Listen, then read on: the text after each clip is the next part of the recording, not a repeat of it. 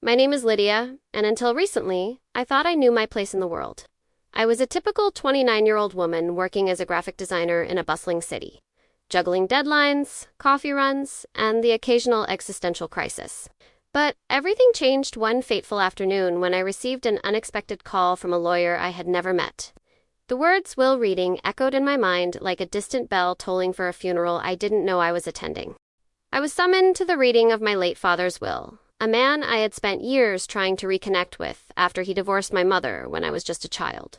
It was a complicated relationship, one that always left me feeling like I was standing at the edge of a cliff, peering into the unknown. I had so many questions running through my mind. Would there be anything for me? Did he even think of me before he passed?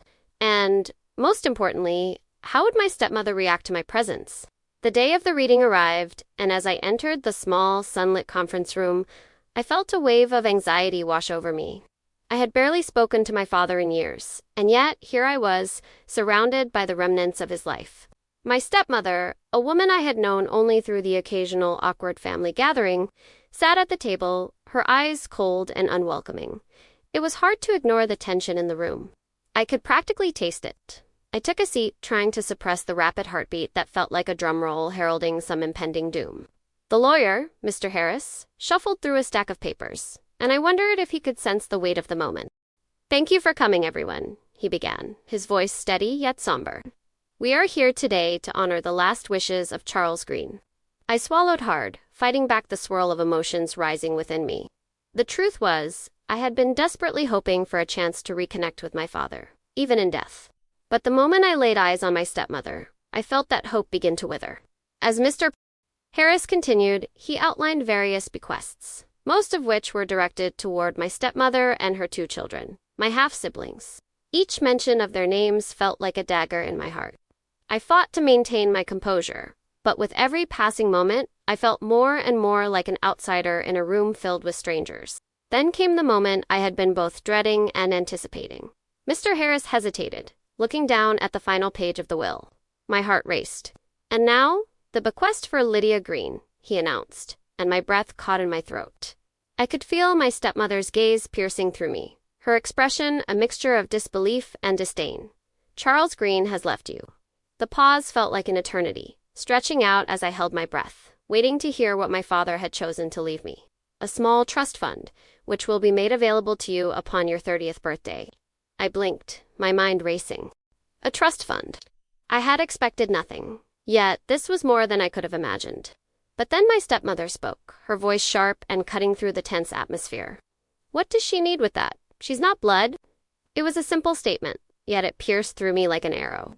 I felt my cheeks flush with humiliation, the weight of her words hanging in the air like a dark cloud. What did she mean by not blood? I was his daughter, no matter how distant our relationship had been. Her words echoed in my mind, leaving me reeling. I turned to look at Mr. Harris, hoping for some sort of reassurance or explanation. But he simply continued reading, his tone professional and detached. I felt invisible, standing on the sidelines of a family I was a part of, yet utterly excluded from. As the reading came to a close, I felt a mix of anger and sadness. I was grateful for the trust fund, but shattered by the realization of how my stepmother viewed me.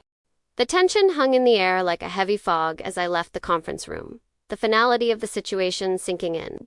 I found myself questioning everything I thought I knew about my father, about family, and about what it meant to belong. As I stepped out into the bustling city street, I felt small and lost, wondering if I would ever find my place in this fractured family. Have you ever felt like you didn't belong, even in your own family? Let me know below. As I walked away from that conference room, I couldn't shake the feeling that this was just the beginning of a much larger journey, one that would force me to confront not only my past, but also the people who had shaped it. Little did I know, this was only the start of a story that would unravel everything I thought I knew about love, loyalty, and the definition of family. I took a deep breath, trying to ground myself amidst the chaos swirling in my mind. The cool air hit my cheeks as I stepped outside, a stark contrast to the heated emotions swirling within me. I felt like a ghost wandering through a landscape that was both familiar and foreign. The city was alive with the sounds of honking cars and chattering people, but I was encased in my own bubble of despair. It was strange to feel so disconnected from everything around me when, just moments ago, I had been surrounded by the remnants of my father's life. I walked aimlessly down the street, my mind replaying every word from the will reading. "You're not blood."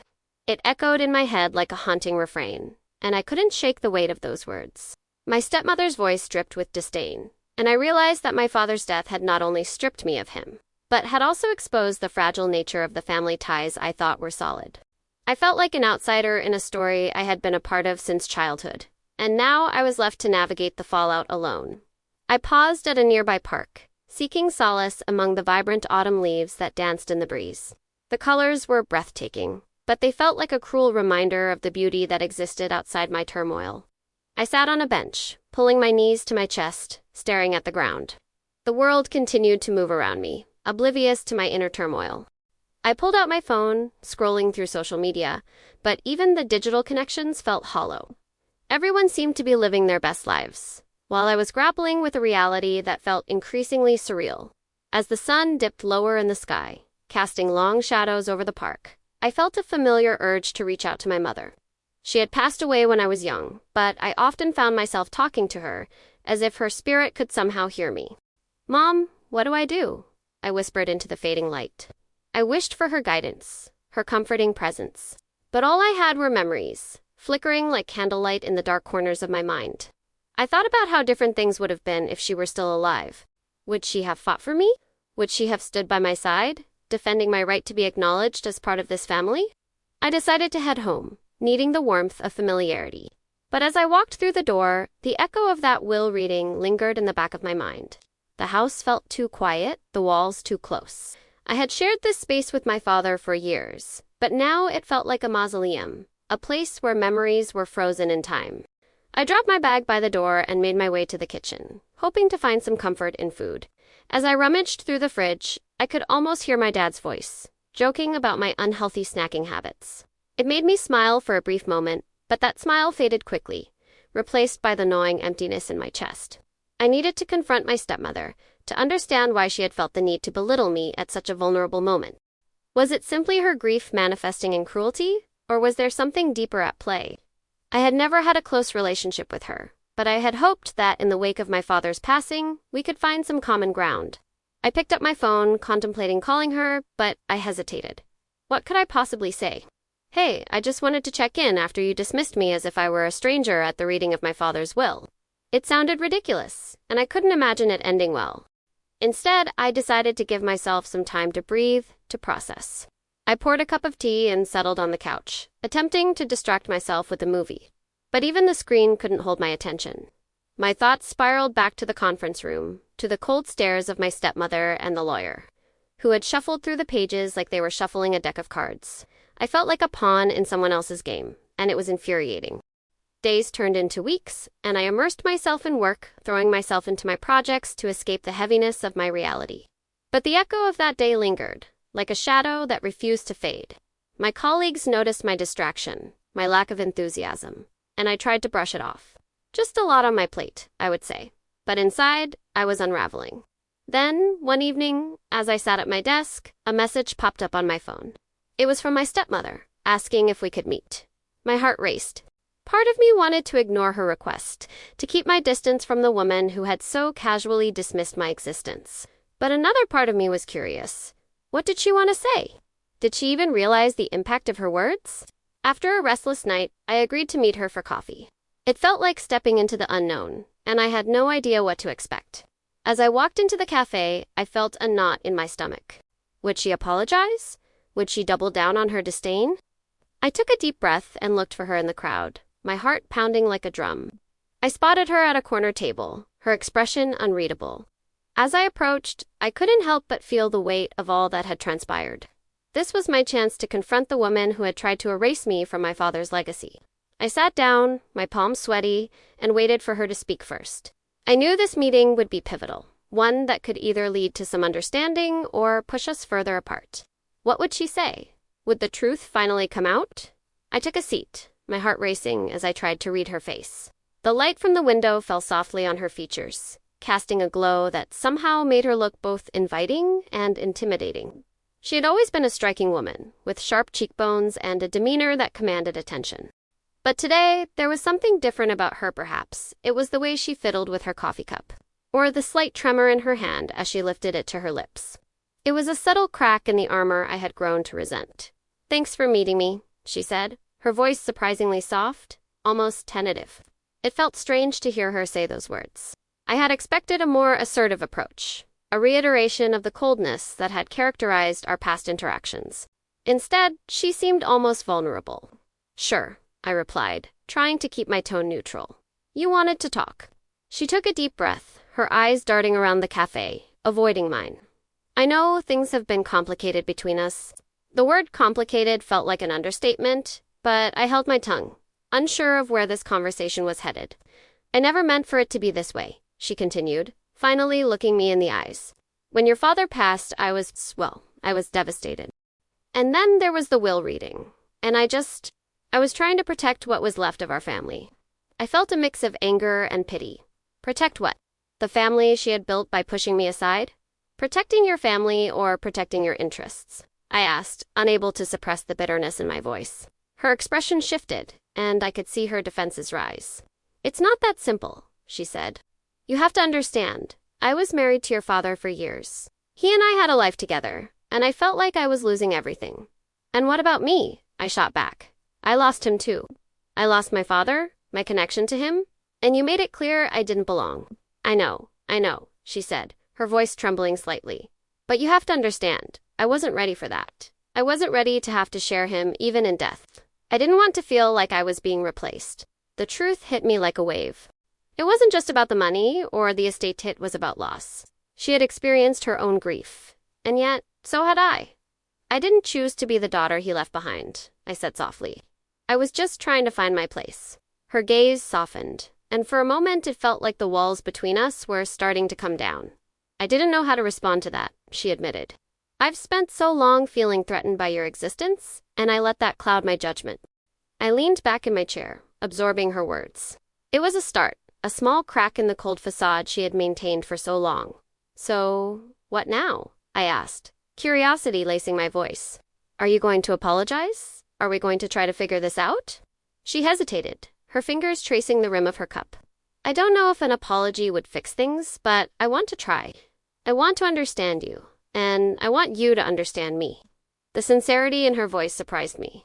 It was a stark contrast to the dismissive attitude she had displayed at the will reading. "Do you really mean that?" I asked, cautious. "Yes," she replied, her tone earnest. "I've thought about this a lot since that day, and I realized that I need to let go of my fears. I can't change what happened, but I can try to build something new, something that includes you." Her admission hung in the air, heavy with potential. I thought about all the years that had passed, the bitterness that had built up between us, and the lost opportunities for connection. "I'm not sure how to build that bridge," I confessed. "Neither am I," she said with a small smile, the first genuine one I'd seen from her. "But I think we can start by being honest with each other." I nodded, feeling a flicker of hope ignite within me. "Then let's start there. What do you want to know?" She took a deep breath, and I could see the gears turning in her mind. "Tell me about your life. What was it like growing up without your dad? What do you remember about him?" Her questions caught me off guard. I had been prepared to defend myself, to justify my feelings, but now I found myself reflecting on memories that felt both precious and painful. "He was incredible," I started, my voice barely above a whisper. "He had this way of making everything feel magical. I remember the camping trips, the stories he would tell me at night under the stars. He had this laugh that could light up a room." As I spoke, I could see her listening intently, absorbing my words. "What about after? When he wasn't there anymore?" she asked gently. "That's when everything changed," I admitted. I felt lost, like a piece of me was missing. There were times I would just sit in his old chair, hoping that somehow he'd walk back in and take me back to those memories. Her eyes glistened, and for the first time, I felt like I was sharing my truth with someone who could appreciate the weight of it. "I didn't realize how much he meant to you," she said, her voice thick with emotion. "I've been so focused on my own hurt that I never took the time to see yours." It was a moment of vulnerability that felt like it could shift everything. As we continued to talk, the conversation flowed more easily, like the dam had finally broken. We were two women, bound by loss and the shared legacy of a man we both loved, navigating the complexities of our tangled lives. I didn't know what the future held for us, but I felt a sense of relief wash over me. Maybe this was the beginning of something new. Maybe we could find a way to coexist in this strange, unexpected family dynamic. It wouldn't be easy, and there would be bumps along the way. But for the first time, I felt a glimmer of possibility. As the sun dipped lower in the sky, casting a warm golden hue through the windows, I glanced around the room, absorbing the remnants of a life lived. The walls, lined with pictures of my father at different stages of his life, seemed to whisper stories of joy and heartache. Each frame was a snapshot of moments I had cherished and others I had resented. It felt surreal, sitting there with my stepmother, sharing a space that was once sacred to me but now felt tainted by the complexities of our relationship. "I never wanted to come between you two," she confessed, her voice trembling slightly. "I loved him, and I thought that love could build something new." Her eyes searched mine, seeking understanding, perhaps even forgiveness. It was an odd feeling, this mix of anger and compassion swirling inside me. I wanted to scream at her for daring to take his place. Yet I also understood her pain, her loneliness in a house once filled with laughter. "I know it wasn't easy for you," I replied, my own voice steadier than I felt. "But it felt like he abandoned me when he chose you. I was just a kid, and I didn't know how to process that." The words came tumbling out, raw and unfiltered, revealing the hurt I had buried for so long. Her expression softened, and I could see that she was beginning to grasp the depth of my sorrow. "I never wanted to replace him, you know? I just wanted to be a part of his life. And yours too, if you'd let me."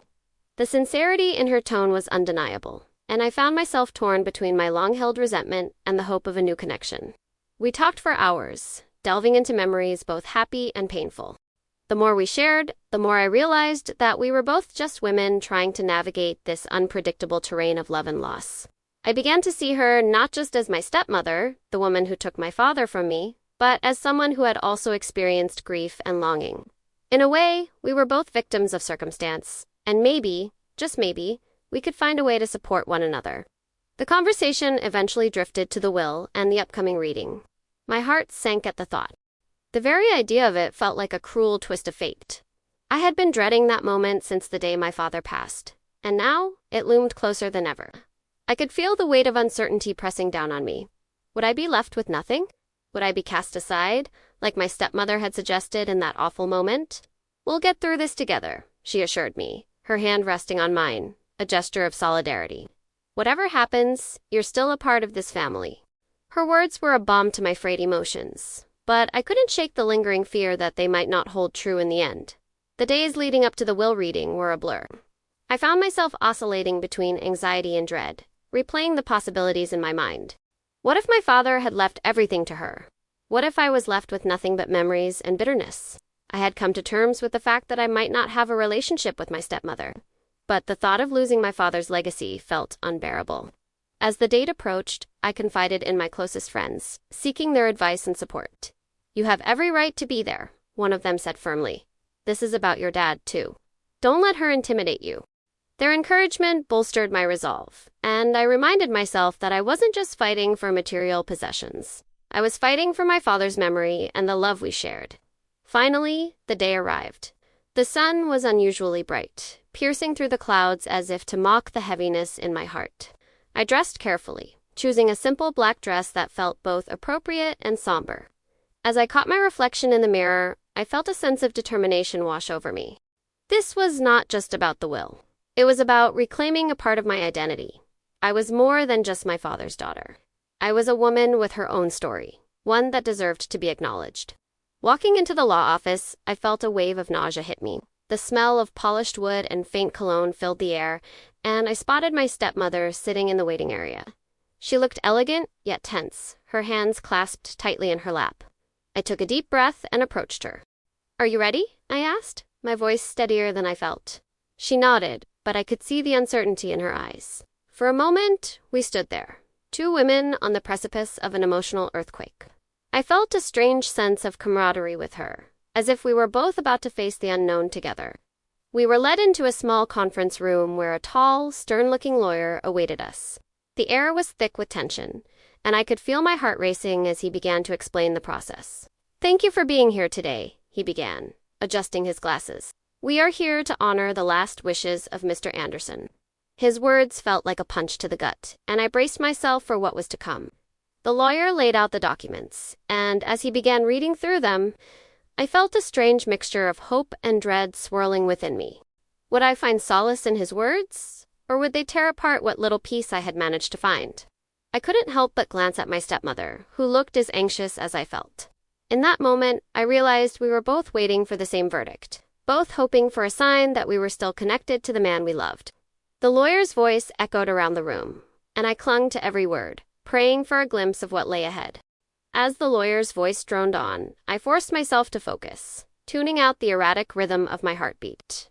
Mr. Anderson had specific wishes regarding his estate, he continued, his tone steady and measured, as if he were guiding us through a carefully constructed maze. Each document he presented felt like another layer of the wall that had been built between me and the man I had lost. He wanted to ensure that certain assets were allocated to specific individuals. The mention of assets sent a shiver down my spine. I had spent the last few years trying to reconcile my relationship with my father. And now, at this moment, I felt like a stranger in a room full of family, even if I had always been a part of it. I could see my stepmother's eyes narrowing, her fingers tapping anxiously against her knee. She was trying to project an image of calm, but I could sense her rising frustration and impatience. I wondered what she was thinking if she was also grappling with the memories of my father that now seemed to flicker like a candlelight in a storm. The lawyer continued, his voice slicing through my thoughts. As specified in his will, the family home will remain in the family, but will be put on the market unless an agreement can be made among the heirs. The word heirs echoed in my mind, a bitter reminder that I was not considered a true member of this family. I glanced at my stepmother, whose expression was a mixture of anger and disbelief. I could almost hear the gears turning in her head, plotting her next move. He went on to detail various other asset savings accounts, investments, even a few pieces of art that I didn't even know my father owned. Each item he listed felt like another piece of a puzzle that I would never be able to complete.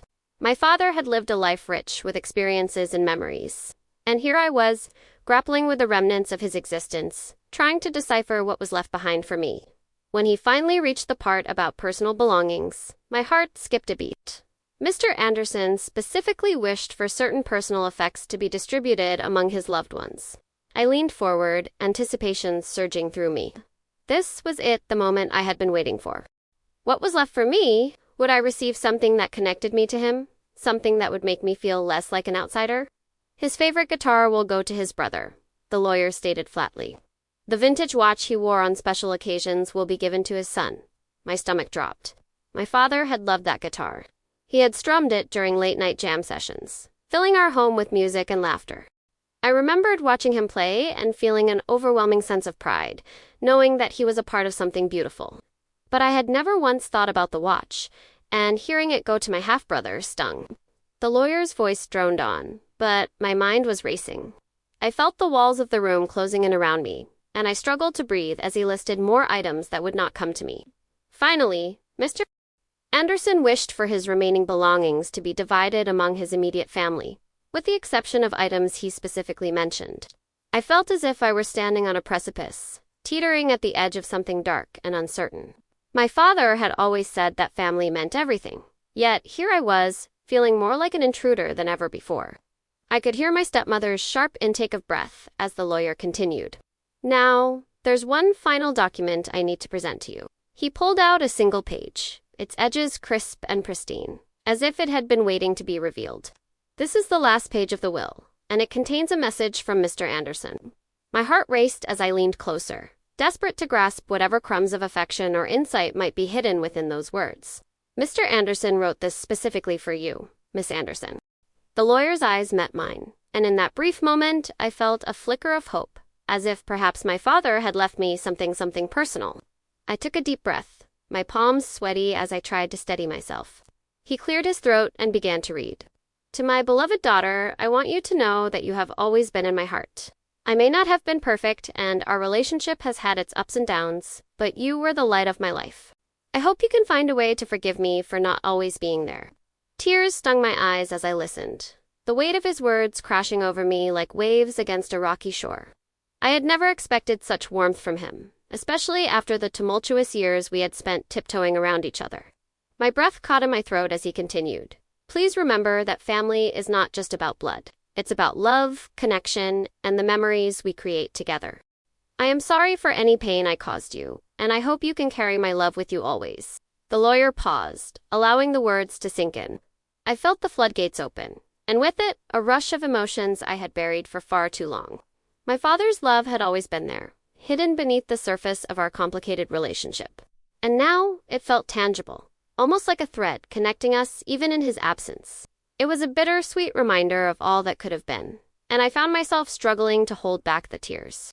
I looked at my stepmother, who had gone pale, her expression a mixture of disbelief and fury.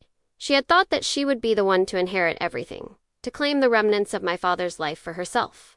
But here I was, receiving a piece of his heart, and it felt like a victory in the face of so much loss. As the lawyer finished reading, I knew that whatever else unfolded in this room, I would always carry my father's love with me. As the lawyer set down the document, the air in the room felt charged, like the moment before a storm breaks. I could see the disbelief etched on my stepmother's face as she processed the implications of my father's words. Her grip on the arm of her chair was so tight, her knuckles white against the fabric. I could almost hear the gears turning in her mind, plotting her next move. It was unsettling, to be honest. I had only just been handed this fragile, precious gift of love and connection from my father, and already I felt the tension rising like a tide threatening to wash over us. "Now, if there are no further questions, I think we're done here," the lawyer said. His tone professional, but with a hint of unease. I could sense that he wanted to escape the brewing conflict, as if he could already feel the storm clouds gathering. But my stepmother wasn't finished. "You can't be serious," she exclaimed, her voice sharp and accusatory. "This is insane. He didn't even want you here. You're not blood. You're just a mistake he made." Her words stung more than I wanted to admit. I had never thought of myself as a mistake, but in that moment, she made me question everything I believed about my place in this family. I felt my heart race, adrenaline surging through me as I met her gaze. I had spent years trying to find my footing in a home that often felt alien, striving for acceptance. And yet, here she was, tearing apart the fragile sense of belonging I had managed to construct. "I might not be blood, but I am his daughter," I shot back. My voice steady despite the whirlwind of emotions threatening to knock me off balance. "He loved me, and he wanted me to have this. You can't take that away from me."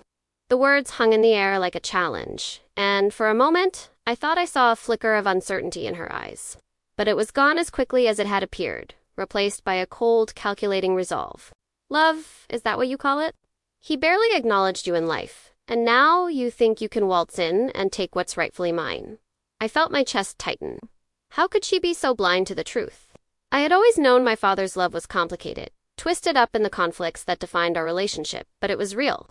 I had cherished every moment we shared, the laughter, the stories, the advice that often came wrapped in sarcasm. My heart ached for those memories, for the man I knew he was beneath the surface. Before I could respond, the lawyer cleared his throat, trying to diffuse the escalating tension. "Perhaps we should take a moment to regroup," he suggested, looking between us. "This is an emotional time for everyone involved. I recommend we all take a break and allow some time for reflection." I nodded, grateful for the reprieve. I needed a moment to breathe, to gather my thoughts and emotions before the next round of this confrontation. As the lawyer stood to leave the room, I caught my stepmother's eye once more. There was a flicker of something fear, perhaps, but it was quickly masked by her fierce determination. The moment the door clicked shut, I felt the weight of the silence settle over us like a heavy blanket. I wished I could escape, but I needed to stay put. I was not about to let her bully me out of my rightful place in this narrative. "Listen," I said, my voice softer now, yet firm. "I don't want this to turn into a war. I understand that you're hurting, but so am I. We both lost him." She crossed her arms, her expression hardened. "You don't know anything about loss. You think you can just come in here and take what's mine because of some words on a page? You don't know what it was like. You don't know what he was like when you weren't around." "Maybe I don't know everything, but I was his daughter," I insisted, trying to keep my voice calm. "I was part of his life, and I deserve a chance to honor him, just like you do." The air crackled with tension, and I could feel the heat radiating off her. I knew she was lashing out, driven by her own insecurities and fears, but it didn't lessen the sting of her words. It was hard to fathom that someone I had once thought of as family could harbor so much resentment towards me. "I don't need your pity," she spat. This is about what's rightfully mine, not some sentimental fantasy you've constructed in your head. I took a deep breath, wishing I could find the right words to bridge this chasm between us. It's not pity, it's understanding. I know this hurts. I know it feels unfair. But I believe my father would have wanted us to come together, not tear each other apart. Her expression softened for just a moment, and I wondered if she was starting to see me as more than just an intruder. But then the mask slipped back into place, and the walls were up again. "I'll do what I need to do to protect what's mine," she declared, her voice icy. "You can't hold on to what you think is love. You're just a girl lost in a dream." With that, she turned away from me, her back rigid. I felt a wave of sadness wash over me. I didn't want this to turn into a battle. I wanted to remember my father for the man he was, not the conflict he left behind. But as I stood there, staring at her silhouette against the window, I knew that this was only the beginning. The final page was yet to be revealed, and I could only hope it would lead to a resolution rather than a deeper divide. I spent the next few days caught in a whirlwind of emotions. The confrontation with Claire lingered in my mind like a stubborn shadow. I found myself replaying our conversation over and over, trying to decipher what had gone wrong. It wasn't just her words that haunted me. It was the intensity of the moment, the raw energy that crackled in the air between us. I kept asking myself, how could someone who shared my father's blood feel so alien to me? Did she really think I was just a girl lost in a dream? On the surface, everything appeared normal. I went to work, met friends for dinner, tried to keep up with the routine that once brought me comfort. But inside, I felt like I was unraveling. I often glanced at my phone, waiting for a message from Claire, hoping she might soften, but each time I was met with silence. I couldn't shake the feeling that I was on the precipice of something monumental. Yet, all I had was this churning uncertainty. Then, one evening, as I sat on my porch watching the sun dip below the horizon, I received a call from my mother. Her voice was shaky, a sign that she was trying to hold it together. "Honey, I just got off the phone with Claire's mother. They're planning a memorial for your father. They want us to attend." My stomach dropped. A memorial? A final goodbye. It felt too soon, too raw. I could picture Claire's family gathering to celebrate a life that had touched them deeply while I stood on the outskirts, a mere spectator in a show that was never meant for me. "What do you think we should do?" I asked, my voice barely above a whisper. "I think we should go," she replied, her tone resolute. "It's important for closure for us." Closure. The word echoed in my mind as I hung up the phone. I felt a mix of dread and anticipation. What would it be like to face Claire again? Would she see me as an intruder at the memorial? Or perhaps, just perhaps, we could find some common ground. The day of the memorial arrived, and I dressed carefully. I wore a simple black dress that I hoped would convey the right balance of respect and humility. My mother was beside herself with emotion, her eyes swollen from a mix of grief and nerves. We drove to the venue, a modest community hall that had been transformed with flowers and photographs, celebrating my father's life through the laughter and tears of those who knew him best. As we entered, I felt a lump form in my throat. It was surreal seeing so many familiar faces mingling with strangers, all there to honor my dad.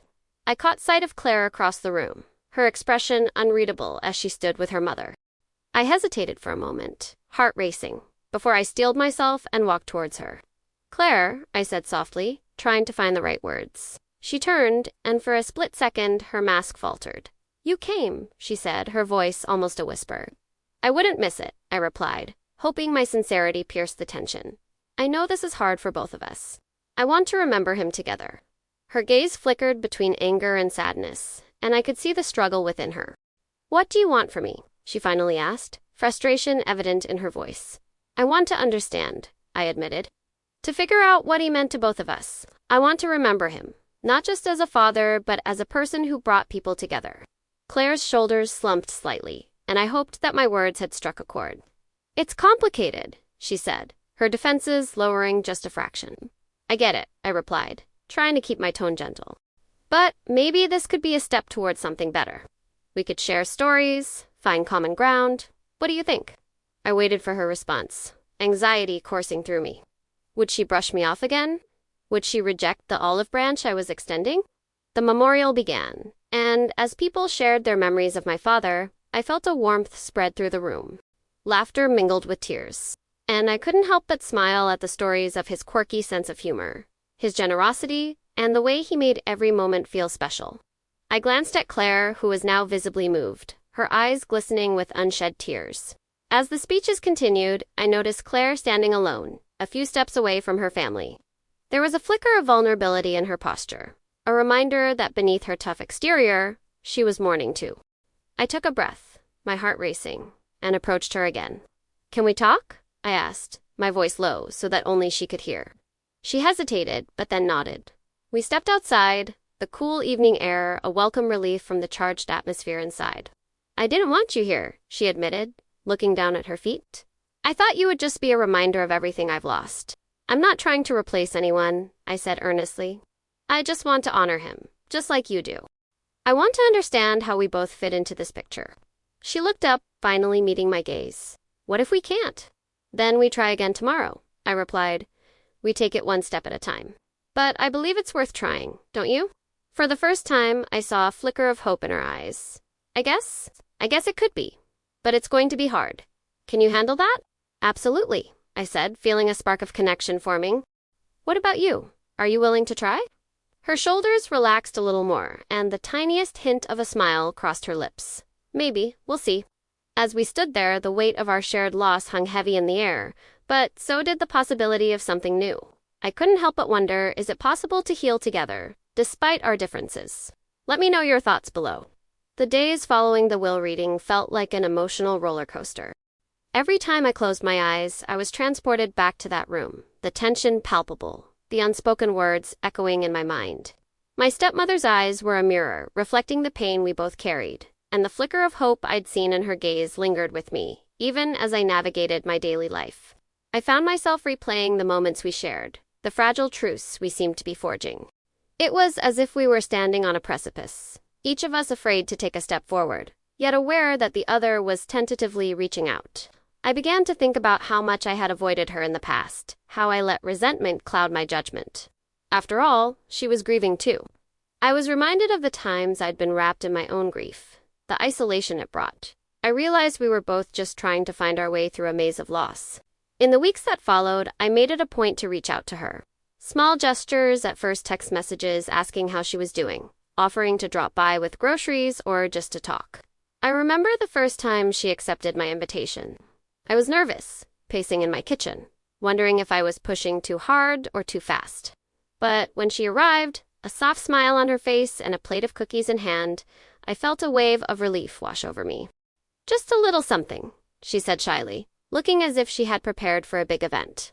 The cookies were homemade, a simple recipe, but they felt like a bridge between us. I thought maybe we could share some memories over these. I laughed, a little surprised. I'd love that. My dad used to make these all the time. We settled into a small corner of my living room, the sunlight filtering through the curtains, creating a warm, inviting atmosphere. I could feel the tension from our first encounter slowly fading. We sat on opposite ends of the couch, the plate of cookies in between us like a peace offering. As we nibbled on the cookies, we began to talk about my father, his quirky habits, his silly jokes, the way he could light up a room just by walking into it. I shared a story about the time he tried to build a treehouse for me and ended up creating a rickety structure that swayed dangerously with every breeze. She laughed, and for a moment, it felt like we were just two friends, united by a shared love for a man who had shaped our lives. "You know," she began tentatively, "I often wondered what he saw in me.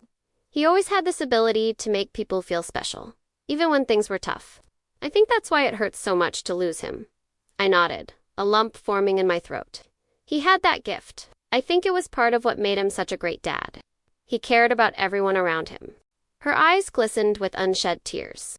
"I just wish I could have been a better wife to him." "Maybe he wouldn't have wanted that.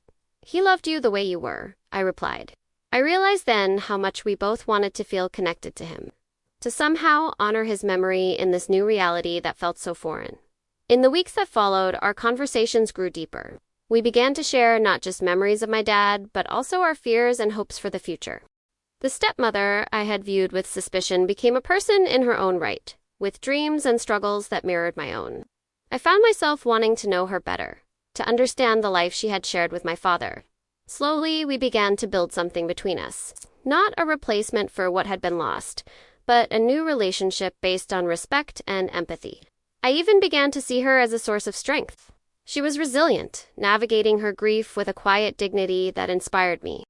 But just as things seemed to be stabilizing, I received an unexpected call from the lawyer's office. The final page of my father's will was ready for reading. My stomach twisted in knots at the thought. I had been so focused on mending my relationship with my stepmother that I had pushed aside the reality of the will's implications. I knew that whatever was on that paper could change everything again. "Are you coming?"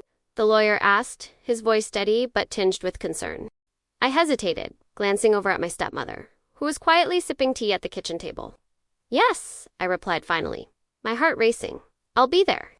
The day of the reading arrived, and I found myself standing outside the lawyer's office, the familiar knot in my stomach tightening with every second that passed. I took a deep breath and reminded myself of how far I had come. I had learned to connect with my stepmother.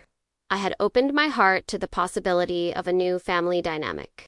But would this final piece of the puzzle bring us closer together or tear us apart?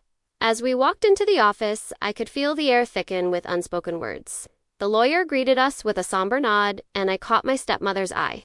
We were in this together. For better or worse, we settled into our seats, both of us holding our breath, waiting for the lawyer to reveal what my father had left behind. I felt a surge of emotion wash over me. This was it, the final chapter. Whatever was about to unfold would shape not only my future, but also the fragile bond we had begun to form. I could only hope that it would lead us to a place of healing rather than division. The lawyer cleared his throat, his voice low and steady as he began reading my father's last wishes. Each word felt heavy, laden with the weight of the life my father had lived and the love he had tried to express through his will. I glanced at my stepmother, her expression a mix of anticipation and apprehension. I knew she was just as nervous as I was, perhaps even more so, given that her future was tied to whatever my father had left behind. As per my request, the lawyer read, "I wish to bestow my belongings to those whom I love most." My breath hitched. Was I one of those people? The thought felt surreal. I had spent so many years trying to navigate the complexities of family dynamics, and now here I was, sitting on the precipice of something that could either be a reconciliation or a fracture. The lawyer continued, detailing various items: my father's prized guitar, his collection of classic novels, and a vintage watch he often wore. Each item seemed to echo the memories I had of him, moments we shared that flickered like old film reels in my mind. I could almost hear him strumming that guitar in the living room, the sound filling the air with warmth. Then came the moment I had both dreaded and longed for. To my daughter, I leave my journal, a chronicle of my thoughts, dreams, and regrets. My heart raced. I had always known about the journal, a tattered leather-bound book that had sat on his desk for years, filled with his handwriting and, I imagined, pieces of his soul. I felt a mix of gratitude and sadness wash over me. This was more than just a tangible item. It was a glimpse into my father's heart. Before I could fully absorb that moment, my stepmother shifted in her seat, her fingers nervously tapping against the polished wood of the table. "And what about the house?" she asked, her voice slightly shaky but firm. The lawyer paused, glancing at the papers before him, and I could feel the tension in the room thicken. "The house will be sold," he stated, glancing between us. "The proceeds will be divided between you both."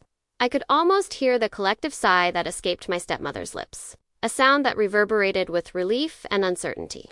I knew she had invested so much in that house, in creating a home that felt like a warm embrace.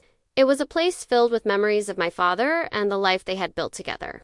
But in that moment, I couldn't help but feel a pang of loss, not just for the house, but for the memories it held for me as well. The lawyer continued reading, but my mind began to drift. I found myself wondering about the family ties that bound us. My father had made decisions that affected both of us, and I couldn't shake the feeling that his choices were meant to bridge a gap, to build a connection. Yet, with every word he read, I felt the weight of our differences. And finally, the lawyer said, "To my beloved stepdaughter, I leave a letter, which I ask you to read after today's proceedings." My heart dropped. A letter? What could he possibly say that he hadn't said to me in life? I glanced at my stepmother, who looked equally perplexed. I could see her tension mingling with curiosity. I wanted to ask her if she, too, had been left something, but I hesitated. The reading concluded, and the lawyer folded the documents, placing them carefully on his desk. The room felt silent, heavy with the unspoken words that lingered in the air. I could see my stepmother's mind racing, her emotions palpable. Would she be angry that my father had left me something so personal? Or would she understand, perhaps even embrace it as part of a larger narrative that included us both? "Thank you for being here today," the lawyer finally said, breaking the tension. "I know this is a lot to process, and I'm here if you have any questions." My mind swirled with thoughts, and I felt an urge to reach out, to bridge the gap that had widened between us with my father's passing. But before I could speak, my stepmother stood up abruptly. "I need a moment," she said, her voice strained. I watched as she hurried out of the room, leaving me alone with the lawyer. "Take your time," he replied gently, and I could sense the understanding in his tone. I sat in silence, feeling the weight of the moment settle over me like a heavy blanket. This was a turning point, and I was caught in the middle of two worlds, the memories of my father and the relationship I was trying to build with my stepmother. After a few moments, I stood up, deciding to follow her. I needed to find her, to talk about what had just happened. As I stepped out of the office, I caught a glimpse of her pacing in the hallway, her fingers running through her hair. I approached slowly, not wanting to startle her. "Hey," I said softly, trying to find the right words. "Are you okay?" She paused, looking up at me with a mixture of frustration and vulnerability. "I don't know," she admitted, her voice trembling. I thought I would be mentioned more. I thought I was part of his world too." I stepped closer, feeling the weight of her words. "You are part of his world. We both are." And in that moment, I realized that the journey my father had left for us was not just about material possessions or legacies. It was about understanding and healing. It was about the love we all shared, imperfect as it may be. I reached out, placing a hand on her shoulder. "Let's talk about it. We're in this together." As I spoke, I felt a flicker of hope ignite within me. Perhaps this letter would help us make sense of everything. A bridge to connect our past, present, and future.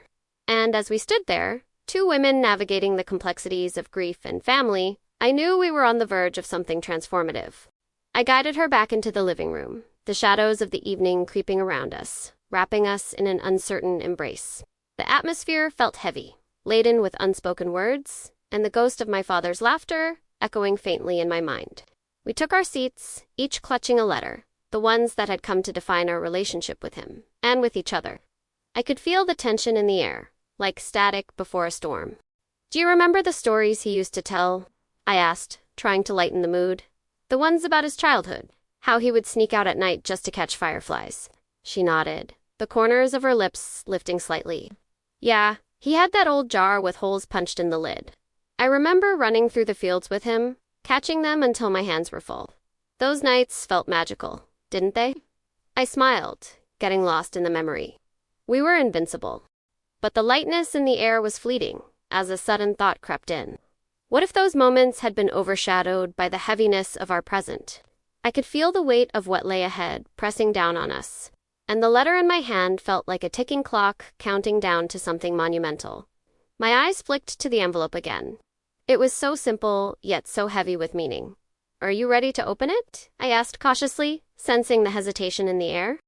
"I guess we have to, don't we?" she replied, her voice barely above a whisper.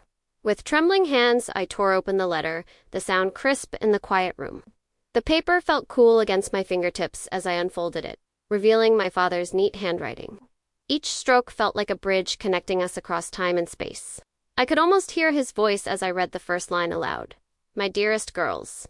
The words spilled out, each one a thread weaving through our shared grief. He spoke of love, of family, and of the importance of holding on to each other, especially during the hardest of times. As I read on, I felt tears prickling the corners of my eyes. He had mentioned how he had always seen us as daughters, not just by blood, but by choice, by love. "Listen to this," I said, my voice thick with emotion. I read passages that resonated deeply, words that painted a picture of a man who had fought to hold our family together, even when it felt like everything was falling apart. "I want you both to know that you are stronger together than apart. Life will test you, but never forget the bond you share.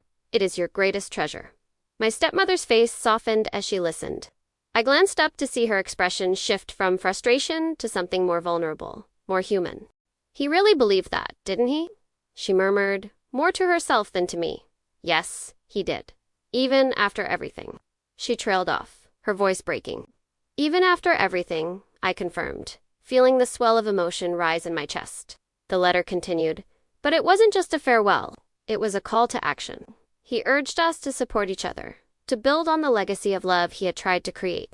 He spoke of the importance of forgiveness, of letting go of past grievances, and embracing the future together. Is he saying we should put everything aside?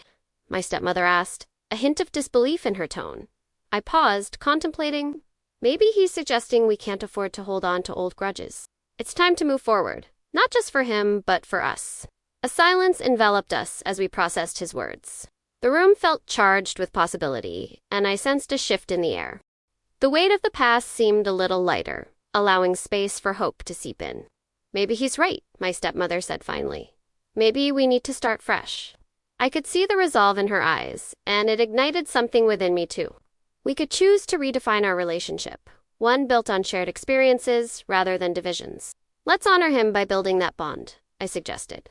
Let's not just be stepmother and stepdaughter, but allies, partners. Her gaze met mine, a flicker of understanding passing between us. I want that, she admitted, her voice steadier now. I really do. With the letter still in my hand, I felt a surge of hope. This was a turning point, a chance to rewrite our narrative. I took a deep breath, the weight of uncertainty still lingering, but now intertwined with a thread of possibility. I think we should take the rest of this week to really figure things out, I said, feeling the need to solidify our commitment. Let's dive into our memories. Share the stories that made him who he was, the stories that shaped us. She nodded, a smile breaking through the clouds that had hung over us for too long. I'd like that. I'd really like that. As the evening wore on, we began to reminisce, each story pulling us closer together. We laughed about the time my father had tried to bake a cake and ended up setting off the smoke alarm. We shared our favorite memories of family vacations, silly moments that had brought us joy amidst the chaos. With every story, I felt the barriers between us begin to crumble. The animosity that had once existed seemed trivial compared to the love we both held for a man who had seen potential in us when we couldn't see it ourselves. My heart swelled with the realization that perhaps this journey of grief would lead us to something beautiful after all. The past was still there, but we were ready to face it together. And as the night deepened, I knew we were on a path toward healing, one that would not only honor my father's memory, but also lay the foundation for a new beginning. As the laughter faded into comfortable silence, I glanced at the clock and realized how late it had gotten. The shadows in the room were growing longer, the warm glow of the lamp casting a soft light over the two of us. I felt a sense of peace settle over me, one I hadn't experienced in a long time. It was funny how one shared experience, the passing of my father, could bring to people who had once been at odds into a space of understanding. Can you believe it's already past midnight? I said, breaking the silence. It feels like we just started talking. My stepmother leaned back, her expression thoughtful. Time does fly when you're reminiscing. I never thought I'd enjoy sharing memories with you this much. I guess we both needed it. I nodded, feeling the weight of the moment. It felt surreal to be sitting here, sharing stories with the woman who had so often felt like a stranger. A part of me still worried about the cracks in our relationship. The hurtful words exchanged at the reading of the will, but tonight felt like a new beginning. Can I ask you something? I ventured, feeling the need to address the elephant in the room. Why did you say that thing about blood at the will reading? It felt so harsh. She sighed, the weight of the question hanging in the air between us. I was angry. I felt threatened, like I was losing everything. Your father had a way of making you feel like you belonged, and I was afraid that the love he had for you would overshadow what he and I built together. It was selfish, and I regret it. Her honesty was refreshing, and I could see the tears pooling in her eyes as she spoke. I wish I had handled it differently. I never wanted to hurt you. I understand, I replied softly. We were both hurting. It was a tough time for both of us. As the conversation flowed, we began to talk about my father's dreams and ambitions, about the things he had always wanted to do but never got around to. It was heartwarming to hear the pride in her voice as she spoke of his achievements, the way he pushed boundaries and inspired others. It made me realize that despite our differences, we shared a love for the same man, and that was enough to build a bridge. We ended up sharing stories late into the night, each tale weaving us closer together. I told her about my father's passion for photography, how he would take me on little adventures to capture the beauty of nature, always urging me to see the world through his lens. She had her own stories of his love for music, how he would play the guitar and sing softly, his voice filling the house with warmth. As the hours slipped by, I began to feel a sense of hope rising within me, something I hadn't dared to believe I could feel again. I could see the potential for a new relationship forming between us, one built on mutual respect and understanding, rather than the bitterness that had lingered for too long. Eventually, we decided it was time to call it a night. As we stood up, I felt a wave of gratitude wash over me.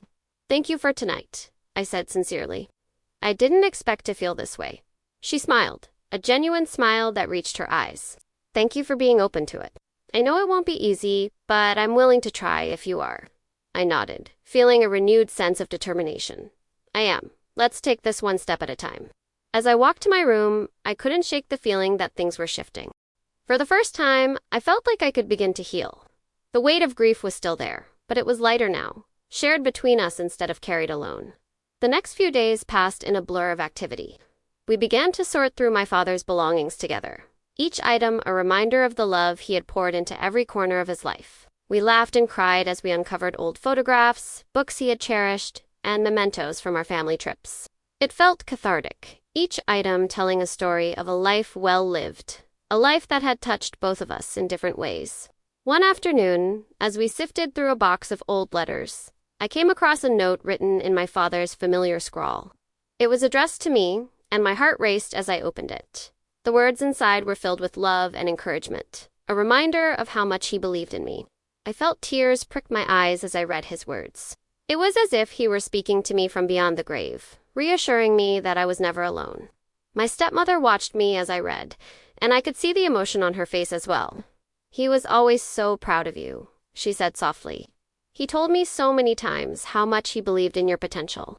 I nodded, feeling a mix of sadness and comfort. I wish I could tell him how much that meant to me. She reached out, placing a hand on my shoulder. "He knows. In his own way, he's still here with us, guiding us." That evening, as we sat together on the porch watching the sunset, I felt a sense of peace wash over me. The colors painted across the sky reminded me of the beauty that could emerge from darkness. I realized that while grief would always be a part of me, so too would the love and lessons my father had imparted.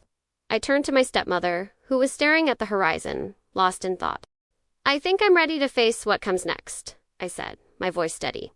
"Whatever that may be," she looked at me, her eyes reflecting the fading light. "Me too. Let's honor him by living fully, by embracing the lessons he taught us."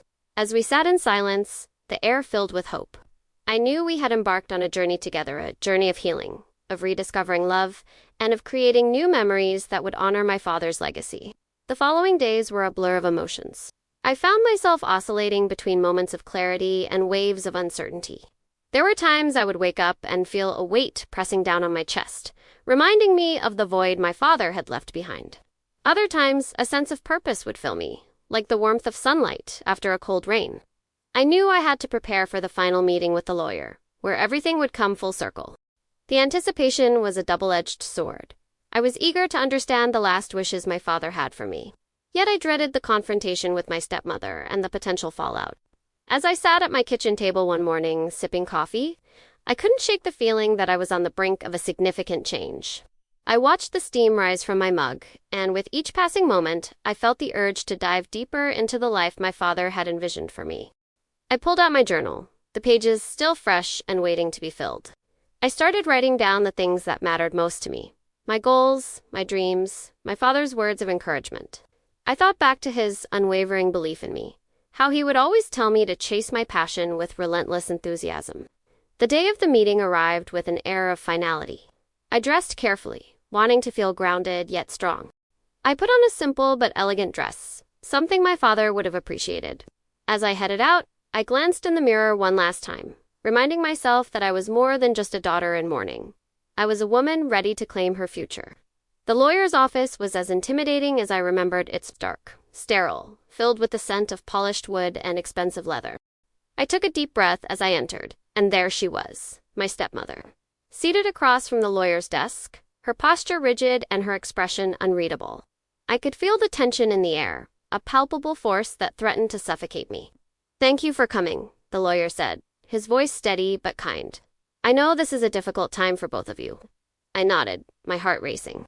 I wanted to scream, to cry, to ask him to just give me the information without the preamble. But instead, I just sat there, clutching my purse as if it were a lifeline. My stepmother remained silent, her eyes fixed on the lawyer as if he were the only thing tethering her to this moment. "Today, we will go over your father's final wishes as outlined in his will," he continued, flipping through the pages in front of him. It's important that you both understand the intentions behind these decisions. I could feel my stepmother's tension radiating across the room. She had been steely since my father's passing, but this was different. There was a flicker of fear in her eyes. Did she realize something I didn't? The lawyer cleared his throat and began reading. To my beloved wife, I leave our home and all of its contents. I could feel my stepmother relax a little at this, but my stomach twisted. The house was where my father had built so many memories, and now it felt as if it were being stripped away from me. As he continued, I focused on the words, trying to read between the lines. To my daughter, I leave. The lawyer paused, looking up at me with a sympathetic gaze. I leave my savings account as well as a small collection of books, which I hope will inspire you to continue your journey. Books? I could almost hear my father's voice in my mind, encouraging me to read, to learn, to grow. But it felt so insignificant in contrast to the house and the life my stepmother was clinging to.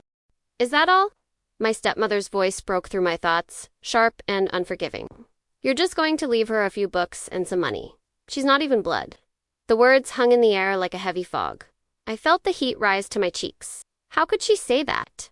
How could she diminish the bond I shared with my father so easily? I opened my mouth to respond but found no words. Instead, I looked at the lawyer, who seemed momentarily caught off guard by her outburst. Your father made these choices with a clear mind and heart, he said, carefully choosing his words. He loved you both in different ways, but this was his decision. My stepmother's face turned an interesting shade of crimson, anger and embarrassment colliding. I could see her clenching her fists in her lap, her nails digging into her palms. This isn't fair, she spat, her voice low but filled with venom. I was his wife. Being a wife doesn't negate my father's love for me, I finally said, feeling the anger rise within me. I may not share your blood, but I shared his heart. And that matters. The air grew thick with tension, and I could see my stepmother grappling with her emotions. I felt like I was standing at the edge of a precipice, ready to leap off into the unknown. Would this confrontation drive a wedge between us, or could it somehow lead to an understanding? The lawyer cleared his throat again, signaling that it was time to move on. There is one final document that needs to be addressed. He handed me a folded piece of paper, and my hands trembled as I accepted it. I glanced at my stepmother, who now wore a mask of disbelief. The final page of my father's legacy was in my hands. I unfolded the document, and as I read, my heart raced faster than I thought possible. This was it. Whatever was written here could change everything. I took a deep breath and began to read. As I stood there, the paper crinkling under my grip, my breath caught in my throat. I could feel my stepmother's eyes boring into me, a mix of anticipation and dread. I read the words slowly, letting them sink in. To my beloved daughter, I leave my home, all my assets, and the love I hope you carry forward in your heart. My eyes darted back up to my stepmother, whose expression was one of shock. You can't be serious, she finally managed, her voice trembling. You were never his true daughter. You were just adopted. Just adopted, I repeated, the weight of those words hanging heavily in the air. You think being adopted diminishes my bond with him? With my family? He chose me, just like he chose you. His love wasn't dictated by blood. Her face twisted in anger and disbelief, a storm brewing in her eyes. This isn't how it was supposed to be. I sacrificed so much to be here, to keep this family together. How could he do this to me? I felt a pang of empathy for her. I understood what it was like to feel overlooked, to think love was a finite resource. I remembered the countless nights I spent wishing for my father's approval, grappling with feelings of inadequacy. But this wasn't just about her. It was about me reclaiming my place in a world I had always doubted I belonged to. Your sacrifices don't negate my existence or my relationship with him, I said, my voice steady. He loved us both in different ways. It's not a competition. Her shoulders slumped slightly, the fight seemingly draining from her. I thought he'd choose me, and he did. Just not in the way you wanted. He chose to love me and leave me his legacy, and I want you to be a part of that. I don't want to fight. I want to find a way to honor him together. Silence enveloped us, thick and heavy. But for the first time, I saw a flicker of something in her eyes perhaps a glimmer of understanding. It was a fragile moment, one that could shatter or strengthen us. After a long pause, she spoke again, her voice softer. What do you want from me? I took a step closer, feeling the distance between us shrink. I want us to honor his memory. I want us to create a space where we can share our stories, our grief. I want to find a way to heal. Her brow furrowed as she considered my words. Can we really do that? It won't be easy, but I believe we can if we're willing to try. She nodded slowly, and in that moment, I felt a shift. The tension that had clouded our relationship began to dissipate, replaced by a tentative hope. We may never fully understand each other, but we could try to bridge the gap that had divided us for so long. The lawyer cleared his throat again, breaking the stillness. If both of you agree, we can draft a new document, a mutual agreement that honors your father's wishes and your relationship moving forward. I glanced at my stepmother, and for the first time, I saw her not just as my rival, but as another person navigating the complexities of grief. Do you want that? I asked her, my heart pounding in anticipation. She took a deep breath, her eyes glistening with unshed tears. Yes, I think I do. As we began to work through the necessary details, the atmosphere shifted. I could feel the walls I had built around my heart begin to crumble, just a little. Maybe this was the beginning of something new, a chance to forge a new bond in the ashes of our shared loss. Days turned into weeks as we navigated our new reality. We met often, discussing everything from practical matters to our memories of my father. I learned about her life before she met him, and she slowly opened up about her fears of being replaced. In turn, I shared my childhood stories. The moments that shaped me, the love my father gave me that was as real as any bloodline could provide. It wasn't always easy. There were days when old resentments flared up, and we fell back into familiar patterns of anger and hurt. But I held on to hope. I reminded myself that healing takes time and requires patience. I learned to listen, and she learned to share. We were both evolving, and in that, I found a strange sense of comfort. As the months rolled on, we began to organize a memorial in my father's honor. It was a chance to celebrate his life, to invite friends and family to share their stories, to showcase the love he had for both of us. It was surreal to see people come together, united in their affection for a man who had touched so many lives. On the day of the memorial, I stood beside my stepmother, the space between us charged with a mixture of excitement and nervousness. I looked into the crowd. Old family, friends, colleagues, and people from all walks of life had come together to remember him. It was a testament to his impact on the world, and I felt a swell of pride. As I took the microphone, my heart raced. I scanned the crowd, searching for familiar faces, seeking comfort in the support that surrounded me. Thank you all for being here today to celebrate my father's life, I began, my voice steady but laced with emotion. He taught me so much about love, resilience, and family. Even when things were hard, he showed me that love knows no boundaries. I glanced at my stepmother, who stood beside me, her eyes filled with tears. I could see she was struggling, but also finding strength in this shared moment. I want to honor not just my father's memory, but the bond we can create moving forward. He wouldn't want us to be enemies. He would want us to support each other, to find joy in the love he gave us. The applause that followed felt like a wave of hope washing over me, reminding me that we had taken a crucial step toward healing. As the day wound down and people began to leave, I felt a sense of closure washing over me. We had shared our grief, acknowledged our differences, and found common ground. I turned to my stepmother and smiled. I think we did it. She nodded, tears streaming down her cheeks. I think we did. And in that moment, I realized that this journey wasn't just about my father's legacy. It was about creating a new legacy of our own. A legacy built on love, understanding, and forgiveness. Life would continue to challenge us, but now we were no longer alone. We were together, navigating the complexities of our new reality. As I looked out into the horizon, I felt a sense of peace settle in my heart. What would you have done in my shoes? Would you have reached out to your stepmother, or would you have let the anger consume you? Let me know below.